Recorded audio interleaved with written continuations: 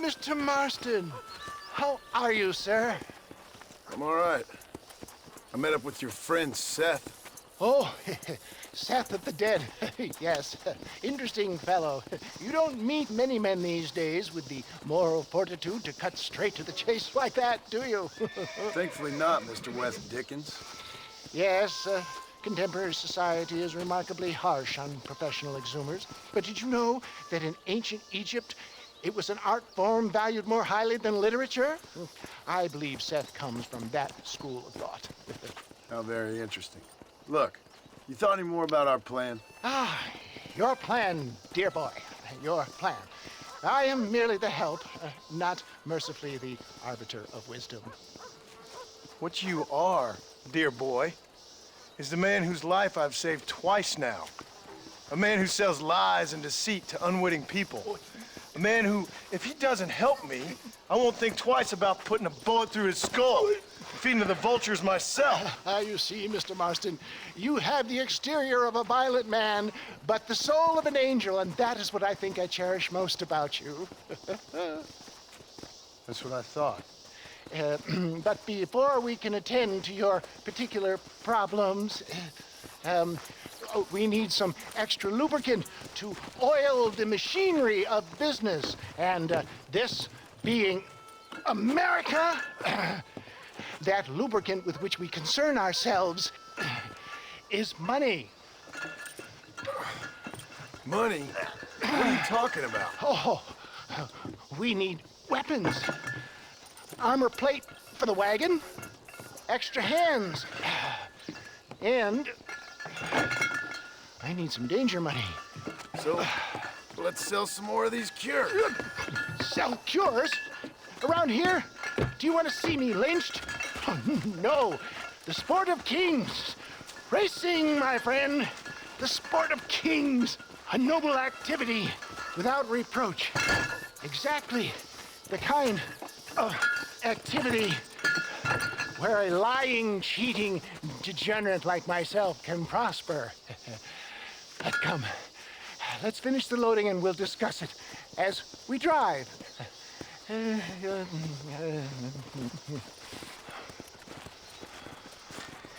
Now, sir, to get to reach.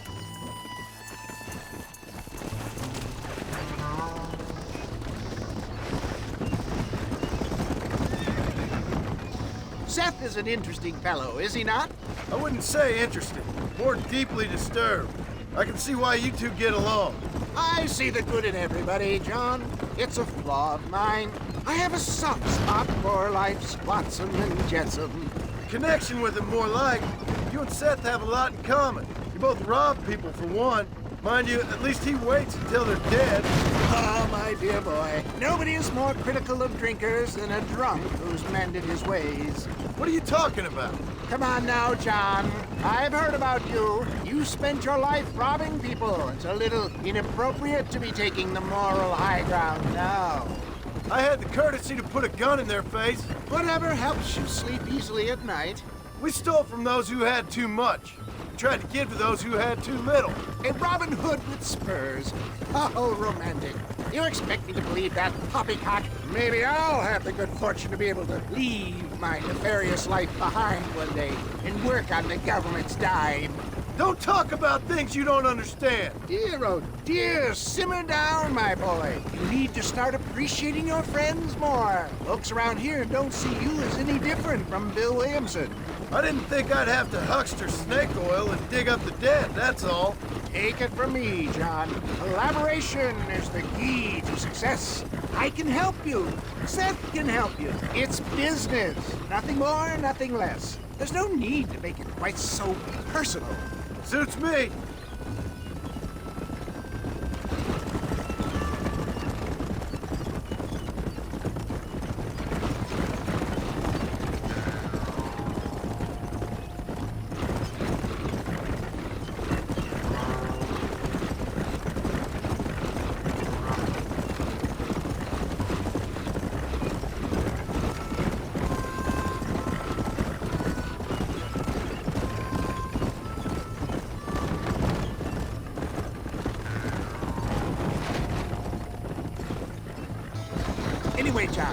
must talk about the race. Yes, the race. Oh, come on. Time to purge that negativity and start thinking like a winner. You're going to have a whale of a time. They've been holding these chariot races in New Austin for as long as I can remember. And we need the money. Why aren't you racing then? Me? Oh no, not my thing at all. You have already proved yourself more than adept at the reins, my dear boy, and under some stress. These races are Byzantine in their ferocity, and the terrain is treacherous. People will do just about anything to win. Men die. It's a marvelous spectator sport. Sounds like fun. And you are my wild card, John. They won't be expecting you. So what's your role in all this? Think of me as your spiritual guide. Do I have to? You are a free man, of course, but I strongly recommend it. Imagine, just for today, you are not an aging bounty hunter, and I am not an avant-garde business pioneer. No, sir. Today, we are gladiators. Motivation, dear boy. I'm definitely feeling motivated to get the hell out of here.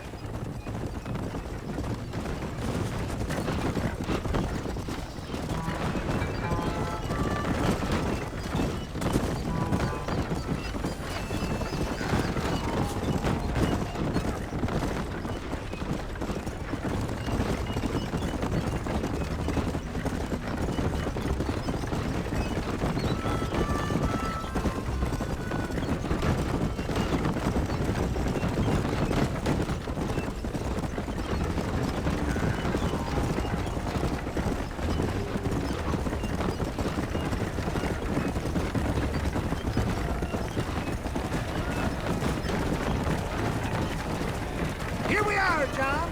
Gap tooth reach.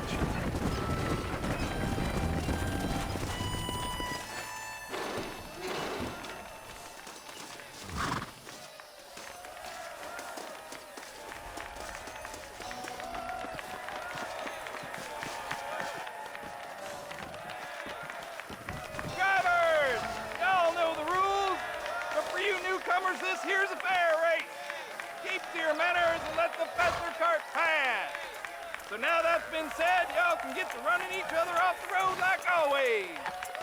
All right now, count to three. Ready, set, go!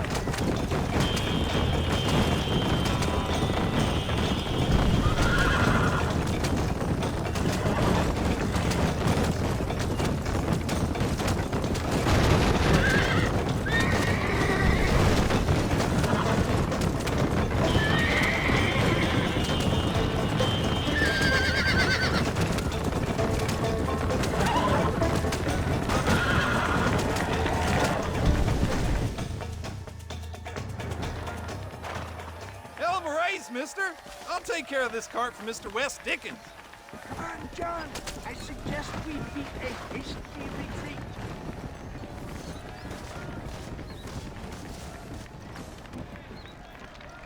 Right. Best remove ourselves from the stage before somebody decides they want their money back. Fine by me. Wasn't that fantastic?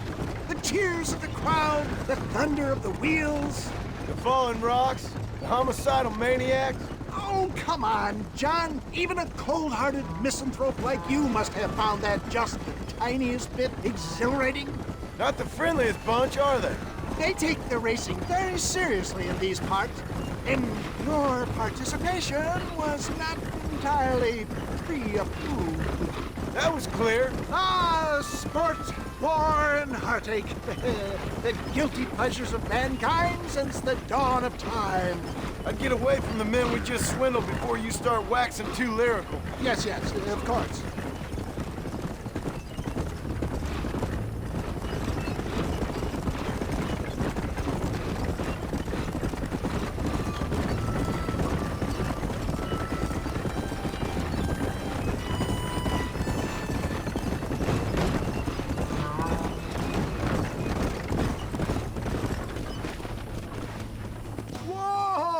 Well done, sir. Well done. Having you as a ringer has netted us a fine profit.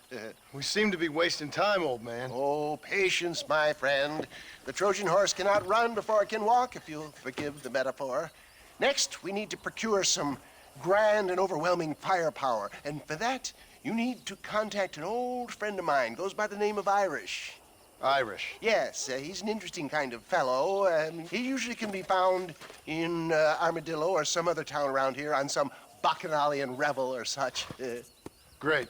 An alcoholic arms dealer. What could be better?